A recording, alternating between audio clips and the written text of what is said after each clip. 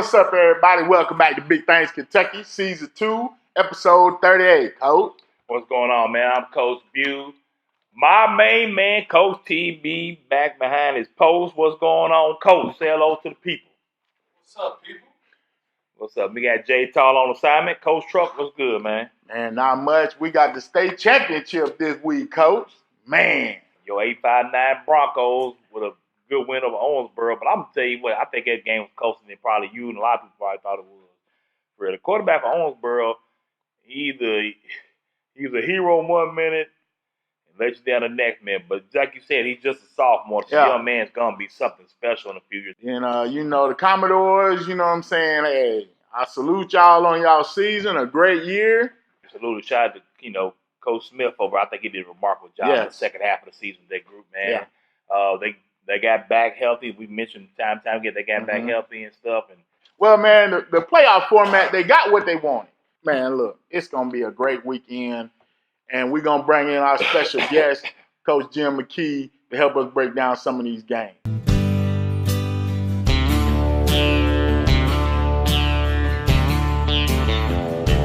Now, Coach, first thing we want to talk about, this past season, how'd you feel about the new playoff alignment this season? It doesn't matter. And the point is that, as a coaches association, we expressed our feelings about the interdistrict play, but the Board of Control made a different decision. And so once that happens, you got to roll with it. Okay. If you complain now, I think the RPI or some form of the RPI is probably here to stay, because when you look at the finals you for the most part, you've got teams that were very highly ranked all year against each other in the finals. I think that an idea that will be bannered around is to play interdistrict for the first round and then RPI each side of the state 1 to 8. You've got us and Douglas, LCA and Somerset, South Warren and Bowling Green. If you've got districts that happen to have two extremely strong teams, there would be an opportunity for teams to advance further. But listen, guys, it's a great opportunity for those young men and those communities and those families that are going to walk out there and play for a state championship this weekend. So what's it like moving on to the state championship as far as getting your team ready and all that? And when we first made it the first time, I can remember, I was like, I'm pretty smart. Look here, and of course we got beat 49-9 by St. X, so I wasn't quite as smart after the game. But, I think as time goes on, and we've been fortunate enough to make it 4 times since I've been there, is when that game ends, and I just know the memories that it made for myself and my oldest son, Clay, and then my youngest son, Cade, when you can look back and watch the families and then reflect back like on their social media, it really is, something that you're going to talk about for the rest of your life. How do you compare I guess you really can't, but how do you compare yourself to get ready for the next season after the losses and after the wins? Well, everybody handles everything differently and separately. And, this was our first year in 5A. We've been in Class 6A or 4A, which it was for many years for so long that I always felt like that, setting the goal and only goal for the season to be state champions wasn't a real smart idea. I mean, it doesn't take – we put the 4 of us together and we're going to figure out Trinity and Male. It's going to be pretty tough to beat on a year-to-year basis. So, our thing that we want to try to say, hey, have we made this team the best it can be? Has your son, when he's 25 years old, is he going to look back and say, you know what, I feel like my coaches and our staff and my teammates, we did everything we could do to win. We were 10-2 this year. And I told our kids at our banquet and our parents, that wasn't we had a great year. That was a great year, yeah. We had a great year. My dad, I grew up on a farm. And I learned this from my dad. He would say, you would go to town. We'd go to southern states to get chemicals, or we'd do that. And the old farmers would say, oh, it was drier than 36. It was hotter than this. Oh, we had a bigger snow. And my dad said, Jim, sometimes you've got to know that this is the best tobacco crop we've ever had. This is the hottest day it's ever been. And I have really closely followed Lexington football this Douglas team might be the best team to come through Lexington since I've been around here. And I've been around here since 1997. Let's just look at the upcoming state championship games. Friday at 2 o'clock, we have the first one. We have 1A, Paintsville versus Pikeville, Coach. They played each other in the season, and Pikeville beat them 9-8. Which is crazy. Now, but Pikeville's undefeated, and they kind of start after that Belfry game. They kind of hit the gas. Now, if do you want me to pick? No, actually, Coach, just kind of help us. If you want to pick, because if you pick, I'm gonna see how many shirts. Because if you pick, it's gonna. I like to get something to eat tonight. I think that and this might be an easy way out, but when you take all these games, there's about 3 or 4 things that have got to happen to make it to the state championship. The first and foremost, you got to have good players. Okay. The second thing, you've got to be relatively or as close to injury-free as possible. One of probably the best player that we ever had, Grayson Miller, broke an ankle in week 1 of our 2014 season. He went on to Michigan State. That's on Michigan State. Yes. Right. And so we didn't have that kid all year. And then thirdly, obviously, you've got to have good coaching. Yeah. And from a standpoint of, and most everybody has it at this point. But schematically, what you got to do is sound. And both Paintsville and Pikeville have good players, and they have good coaches. They have good tradition. There's no question. I think Pikeville's the best from what I know, from what I have read. Yeah. But it wouldn't surprise me, obviously, if Paintsville won the game. And the other thing you got to have is a little bit of luck. Yeah, I was going to turnovers or a bad snap, anything can just turn the game over. You're right, Coach. Coach, I like the way you think. I'm going with Pikeville, people. Give me Pikeville for the win. Who you got, Coach? I think it was going to be hard for him, huh? Give me Pikeville as well, because I like Pikeville in this game. A lot of great kids in it, both sides of the ball, so it's going to be a good one. Coach, will you be going in any of these games? Do you actually go watch the games? I'm really fortunate this week. My middle son plays for Austin P, and Austin P won in the 1AA playoffs, in the first round of the 1AA playoffs. So I'm actually going to go to Sacramento, California. They play Sacramento State in the second round on Saturday. Coach, you got that in the big city? Well, I'm going to get an Uber. I can tell you that. I'm not renting a car and driving around. So, and that's one of the great things about football. It's going to take me from Cook Road, Cynthiana, to Sacramento, California. It's a great game. And you got to, one of the things, and I'm getting off topic a little bit with some of the things I love our school and our team and our community. And I'm equally as proud, win or lose, of what we've done over the long course of time. And so, I love it. And I look forward for these guys from all these teams to have great memories like that this weekend. So Friday at 7 p.m., we've got the 3A game. Bell County, 14-0, taking on Belfry at 10-3. Like I said, these are two of the winningest coaches in high school football. It's 9 state titles between them. Dudley Hilton and Philip Haywood. I guess a legend for real for Belfry. Call it Moss Creek? What do they call it? Pond Creek. Pond Creek. Pond Creek. Pond Creek. I got to remember that. So it's 9 titles between them. This game looks to be a real good one. 2 great running teams. I don't know, Coach. Give us a little insight, Coach. Kind of lean me one way or another, Coach. Who should I go with? Well, both those guys are tremendous football coaches. I believe that Coach Hilton is 68 years old.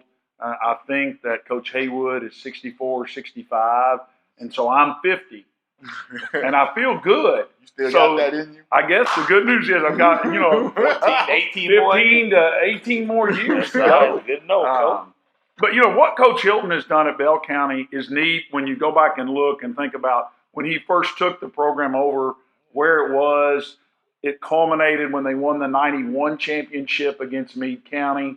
He eventually leaves, comes to Bourbon County, wins the AA state championship as the head coach at Bourbon County, ends up back at Bell County, and they win the 08 championship against Bullitt East, leaves, becomes the head coach at Pikeville, and now is back. And so he has Bell County in the finals on 3 separate head coaching stints, which is something That's certainly impressive. to be commended. Coach Haywood does a great job at Belfry and has over the years. You know, I personally, without seeing them that close, other than what I've read and some highlights, I think Belfry will win. But again, I think the game. I don't think that at this point in time, Bell County has played anybody as good or as talented as Belfry. And I think Belfry will win the game. But, guys, you know, we were talking about breaks. I remember this in 04. William Barber, who coached with us for many years, we're playing Henry Clay in the playoffs. In the second round of the 04 playoffs, we're up 21-14. I'll try to make the story short. William gets dead beat on a post route. I mean, he's beat.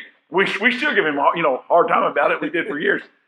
They underthrow it just a little bit, and so it hits off the back of the guy's shoulder pad. What's it do?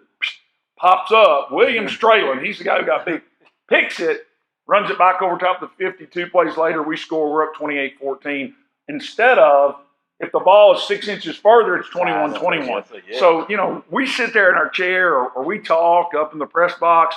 But, man, these games, oftentimes when you go back and look, they turn on 3 or 4 plays. This Bell County Belfry game, I think, 1 or 2 big plays and could go either way. They say it's a game of inches. But on that note, Coach, give me Belfry, baby. We winning, we riding. They can go with every time you pick a game. It's a championship now. I got to go get my titles. Do you all keep up with who's winning? Yes, I'm winning. So I guess, Coach, with that, I'm taking Belfry as well, Coach. Saturday at 1 o'clock, we got the 2A championship. Yes, sir, my man Rabbit, Somerset, baby, them Brown jumpers. We taking on Mayfield. Ooh. Mayfield's got, what, 7 titles, I believe? 7 state championships. Man. Coach, tell us about Mayfield. We don't get to see Mayfield a lot. You may know about their history. So tell us a little bit about Mayfield, if you don't mind, Coach. Well, you know, Mayfield has won 900 games in the history of the school. And I believe they've won 12 state championships. And I think that they will have 13 if they win this one. I could be wrong, but I know this for a fact. I saw this on Twitter. They've been in the state semifinals 11 years in a row. And they have been in the state finals 9 out of the last 10 years. You know, Jack Morris was the coach there in the 1970s through the mid-'80s, retired relatively young. And then his son, Joe Morris, is the head coach now. Actually, there was a guy in the interim who also won a state championship there. Wow. But, you know, they're extremely good. A good friend of mine, Mike Rogers, his son, Jax, is one of their better defensive football players. Mike's one of the assistant coaches there. And it you know, the thing that compounds that we sort of overlook is, okay, if you go to the finals, okay, you're going to play 4 playoff games. That's 4 concession stand dollars, 4 gate splits, 4 weeks of practice, and good programs like Mayfield and many others. You know, you always have to be guarded because somebody in the day and world that we live in today, people are easily offended. But good programs take that time to, if your son's a sophomore and he's not starting, they're going to have designated practice times in those 4 weeks where you're getting that kid almost another half of a spring practice because that's the kid you're going to have a year from now. So Mayfield has compounded upon itself year after year after year. Have you, either one of you all ever been there, War Memorial Stadium? Big things Kentucky should hit the road next year and go to the Paducah-Tillman Mayfield football game. It's one of the oldest rivalries in Kentucky. I don't know if it's at Tillman or Mayfield next year, but you all could go on site. Forget about Lexington for a week. Go on site from Mayfield-Tillman. Somerset, you know, Cade Grundy is one of their best receivers, maybe their best receiver. Cade Grundy is committed to the University of Louisville to play baseball. You know, something that's always been near and dear to my heart, I wasn't a very good baseball player or basketball and really average football. I mean, my career speaks for itself. I mean, I didn't play in the SEC, but I enjoyed playing multiple sports, and I really commend Cade Grundy, and I know his dad, Phil, he's just the baseball coach at Somerset, for him doing that, you know, because we live in a world where a lot of kids and parents, you know, they see their child when he's 11 and they're like, He's gonna play this, and that's it. Yeah. And so Somerset's very good. I think they've got over 20 seniors. From my standpoint, I think Mayfield will win. They lost last year to Christian Academy. They've been on a, but Somerset. This is the 5th time Somerset has been, and they've never won it. Bridesmaid, never the bride. It's better to be a bridesmaid than not in the wedding, though. I would say. I mean, we lost 3 out of 4 when I went, but I'm glad we got to go. So, Coach, I'm going to go with your recommendation. I'm going to take Mayfield. Now, my question to the gentleman next to you is, he's been a mad rabbit all year. He's picked him twice against the LCA. He picked him last week. What are you going to do? This is the year. Da, da, da, da. We're getting our ring, baby. Let's go, Rabbits.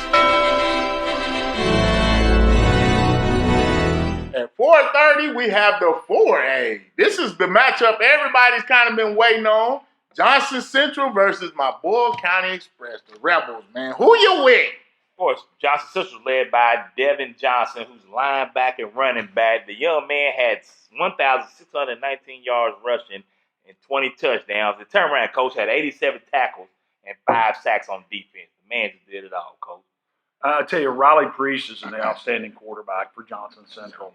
Now, they do not throw the football a lot, but he has a really good arm, a very accurate arm. He's extremely fast. He's able to – a lot of what they're doing, a lot of what you'll see Douglas do when they're in the shotgun and they're running that jet sweep, we would call that upside down option. I mean, that's Barry Switzer wishbone principles, where they're reading the edge on the jet, whether they're going to pull it and run the quarterback or whether they're going to hand it off.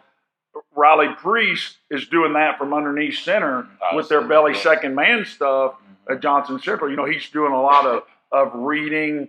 Am I going to give it to the first back? Am I going to give it to the second back? Am I going to keep it? And I've been really impressed with him. He's a very good football player. Jim Matney has done an outstanding job at Johnson Central. If you remember where Johnson Central was 12 or 15 years ago, and I think, is this their 5th straight trip right now, I think? Yeah, I believe it is. So he's done a great job with their program. I like Boyle County. I think Boyle County will win the game. Will McDaniel is their tailback. Bartleson gets a lot of pub. He's really good. Reese Smith, the quarterback, Reed Lanner, the big lineman, Wilson Kelly. Kind of the unsung guys, Will McDaniel. His grandfather was the head football coach at Center College, Joe McDaniel, for many years. And his father, Tim McDaniel, played on the 1987 Danville High School AA state championship team and was an outstanding player at Center College himself. Will McDaniel is not the flashy big name guy, but he's the guy who, in my opinion, is a big key for them. And Chuck Smith, again, debatable. To me, he's the best coach in the history of high school football in Kentucky. With what he's done at Boyle County and where he took Boyle County, he's like Coach Hilton. He left, he came back. I've worked with Coach Smith on various committees and known him for a long time. He's really, really good.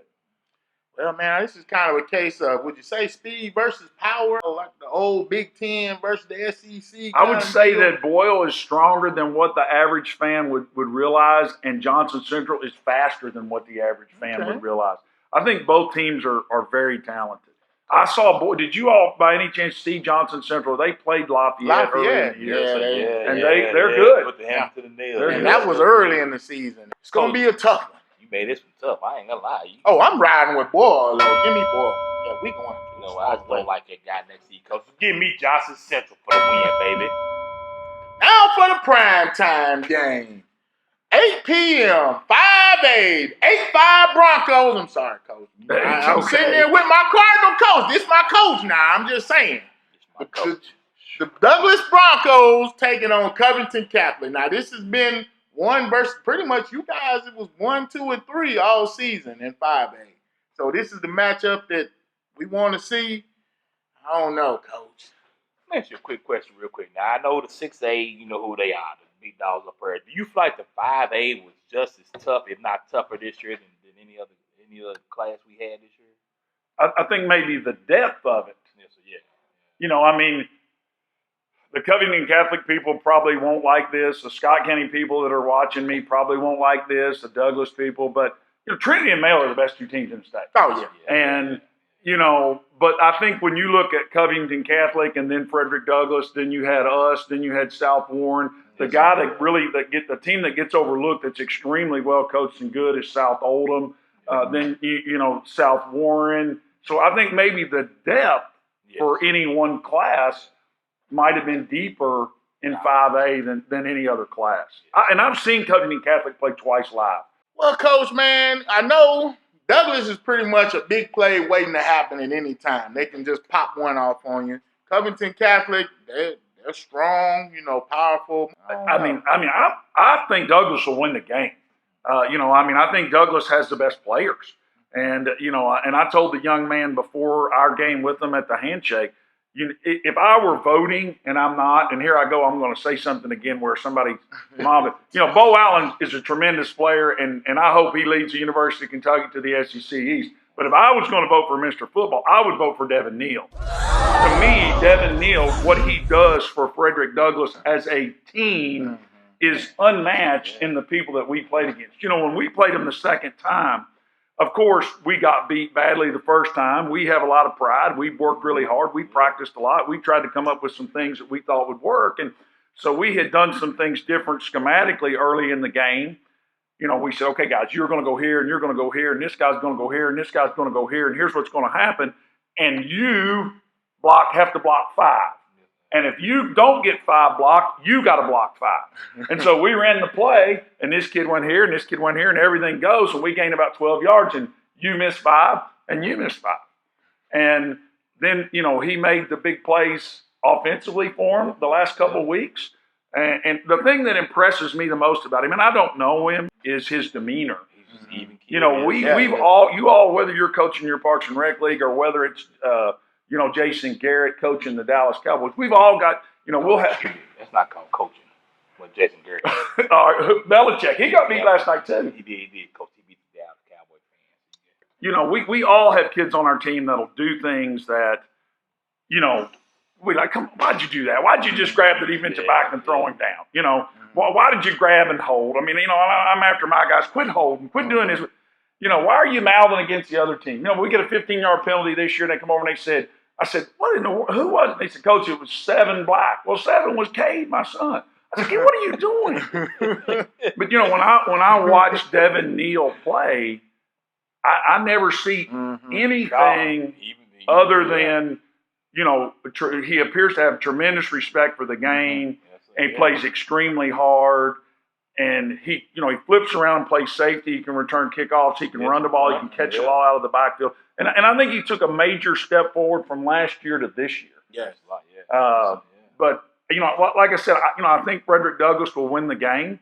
I think that you've got to talk about talent, and then you talk about injuries. They're very healthy. And then, when you look at a coaching aspect of things, because you can't just win with good players. They're soundly coached in all 3 phases. When you put the film on, you don't go, okay, well, we'll block their punt. They don't block. We'll return a kickoff. We'll do this. We can hurt them here. And I think in the end that talent will take over and that they'll win. Now I saw him live. I haven't played against him. Now one thing that I think, will you all be at the game? Yes, sir. And I won't be, but something that I would follow if I were there. I've never seen Douglas come out of their base slant angle 50 defense. Will they double cover Mayer? He is that good. They were good enough defensively, and they're very sound schematically defensively, where they could play their base defense against us. And for the most part, we really had to strain to gain yards. And they may feel like that they can defend Covington Catholic and Mayer just staying in their base defense. But that would be something I would follow because he is really good. Coach, I like the way you think because I'm riding with them Broncos. 8-5 Bronco, baby. Coach, man, I ain't We gonna win and we ride. You said a lot of things, though, and we seen a little chink in the armor from Douglas last week with some of the secondary play. Of course, Jalen Bobby did his thing, and like I said, Devin Neal was all over the place. But, Coach, give me Covington Catholic, Coach, I think. Douglas has never been to the finals. Yeah. Now, but they have very good coaches who will have a. You got to put a. I can just remember the first time we went, thinking back, man, and so we started sending a scout ahead, and so where they play on Saturday, we played on Saturday last year. We shadowed a team on Friday to the locker room, and Covington Catholic has been there 3 times. So I think the early part of the game is important for Douglas. They need to stay under control, keep their emotions in check, and I think that'll be a part of it. And this is a home game for them as well, so they got to deal with all the stuff. This may be the biggest crowd they'll ever have because we're not really known crowds. And he says we like he's from. Do you pick up on this? But I'm gonna tell you no. But I was gonna say, and when Clark County, he's we for them. Yes, sir, yeah. But I was gonna say when we travel, when Scott County comes into town, we bring a bunch of people. Like our whole side is full, and then we go look over at Douglas, and it's like, man, where are they people at? But anyway, I just something to think about. Now Sunday we got the big boys, the heavyweight championship fight, 6A. Sunday we got Trinity, 12-2. Taking on the undefeated 14-0 Mayo Bulldogs. They played earlier in the season. Overtime, I believe it was 20-17. Mayo pulled that one off. Man, it's just what they say, put the women and children to bed. This is going to be a slobber knocker right here. Well, of course, Mayo's got one of the best receivers in the state, and Isaiah Cummings, who's had a heck of a year off and on all year. His quarterback, Elijah Parrish has led them well. Coach defenses are quick and speed. They're all over the place. And, of course, Trinity. I'll tell you one thing. The first time we ever played Trinity, we played them in the 2000 playoffs in the first round. And it's been a long time ago. But, we had a plan, or we thought we had a plan. And, I remember looking up about a couple minutes ago in the first quarter, and it was just like a whirlwind. I mean, they were so well. The thing that they do so well is, what I would just call snap the whistle. From the time the ball snapped until the whistle blows, they're going to have 11 guys giving maximum effort. And a lot of that comes from their such keen competition for spots. They're not real top heavy with Division I kids right now. Now, we were talking to you mentioned the Lafayette teams, and I mentioned last year's Douglas team and this year's Douglas team. We mentioned the Henry Clay team. The best teams we've ever played were the 2011 and 2012 Trinity teams. When they had James Quick, they had Jason Hatcher, they had Dalen Dawkins who went to Purdue. They had a kid named Travis Wright was their quarterback. They were the very best teams that we've ever played. I think this will be a tremendous game between 2 tremendous programs, 2 outstanding head coaches. Chris Wolf is really, really a good coach. Is that your favorite coach? Coach Wolf, man. He's up there. He's up there. That's my coach, Coach Wolf. Yes, sir. Bulldogs, baby. But Coach Mckee is like my best coach, my favorite coach. You know what I'm saying? We were 10-2 this year. If we're 2-8 next year, I wouldn't be able to get on this show if I offered you all free sandwiches. He won't even talk. He won't answer your phone call. No, he won't answer your phone. I'm telling you, Coach. Hey, that's why I don't save his number in because I know. See, he's fair weather.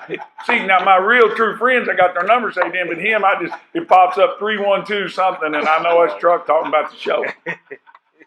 I think Trinity will win.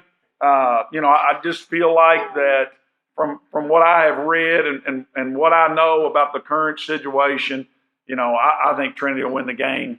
But I believe it ought to be a great game. Yes, sir. Now, you got a chance last year to play against Maryland State Championship game, which was a good game. Early on, they came out and hit you all early, but y'all adjusted, made changes, and came back and made it a heck of a game, by the way. So, what can you tell us about Maryland we should look for?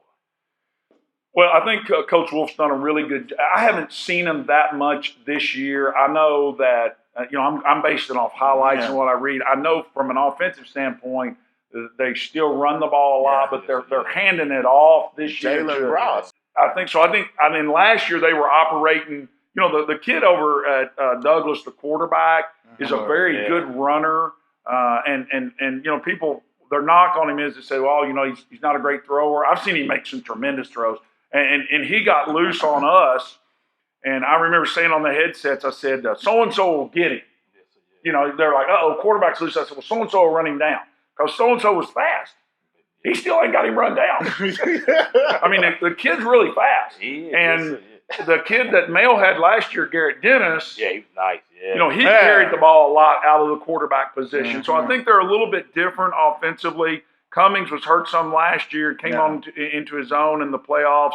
I know he is very good. I know they're very good defensively. I don't know. It's just one of those gut things. I think this is Trinity's year. 23rd year, or however many times. What do you think? What you think? I'm going with Male. I'm just letting you know. I'm Coach Wolf. We purple all the way out, baby. Thank you very much for making it easy. Let's go Trinity, Coach. I'm right with you, Coach. Well, I think one thing about Coach Wolf, we've played him 3 times in the playoffs, and I think one of his strengths is we lost to him in 2010 in the semis. We beat them in 2013 in the semis. They beat us in 2018 in the finals. Is he really has the ability to adjust what they do defensively to any scheme. You know, what Trinity does schematically, offensively, will blur your eyes for a lot of people. And Coach Wolf and them have played against Trinity enough, and he is a good enough defensive coach and their defensive staff. You know, it'll be a real chess match. It should be a lot of fun. Well, Coach, man, we want to appreciate you for coming on and helping us get through these slate of games. As all else, wish you the best of luck coming up next season. We'll be looking forward to spring football. All right, man. I'm Coach Bew, my man, Coach Mckee here. Yes, sir. Coach TB had a camera, Coach Truck. Hey.